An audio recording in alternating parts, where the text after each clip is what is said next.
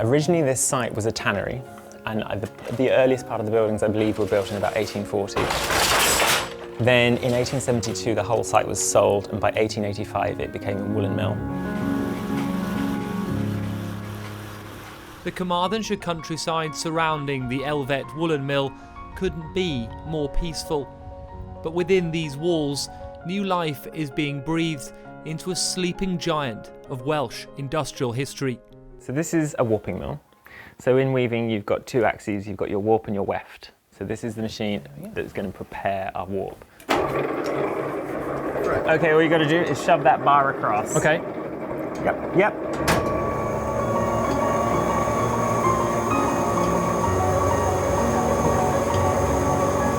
And there it goes. Isn't it wonderful? And this is a process that's been like this for hundreds of years. Forever, basically. We're walking through the earliest part of the mill now.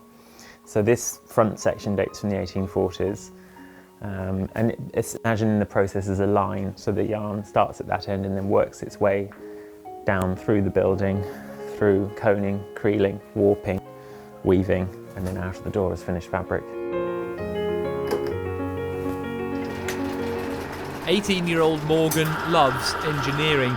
This is a pern winder, and what I'm doing on this machine is preparing some of the bobbins ready to go onto the loom.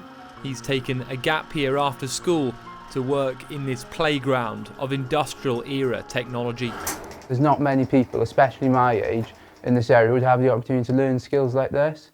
And again, to use machinery that I probably, without Daniel knowing Daniel, I'd probably never come across or have the opportunity to use. So maybe a life of professional weaving for you then? Yeah, perhaps. I'm open to anything. Restoring this place will be Daniel's life's work.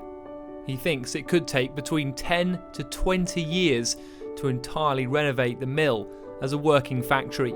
You have amazing plans for this place. Just give us a sense about them. Imagine with me now, in the theatre of your mind, a weaving-based theme park.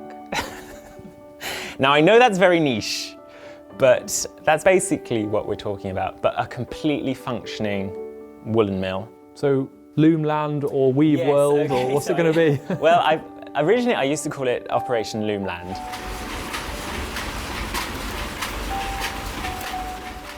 From the birds singing in the trees to the running of the river that used to power the water wheel here, to the sounds of weaving coming through these thick walls. What you're hearing are the sounds that have characterised this magnificent place for hundreds of years. This photograph of the mill was taken around 1939. Its iconic water wheel may be gone now, but so much history within remains. The Tywi Valley and Pembrokeshire, Carmarthenshire and Ceredigion were a very important centre of the woolen industry at the beginning of the 19th century.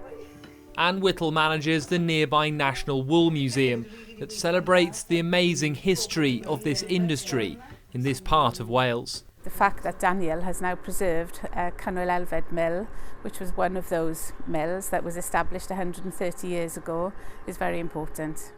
It's what Daniel would call a labour of love, the result of a decade-long burning passion to run a mill.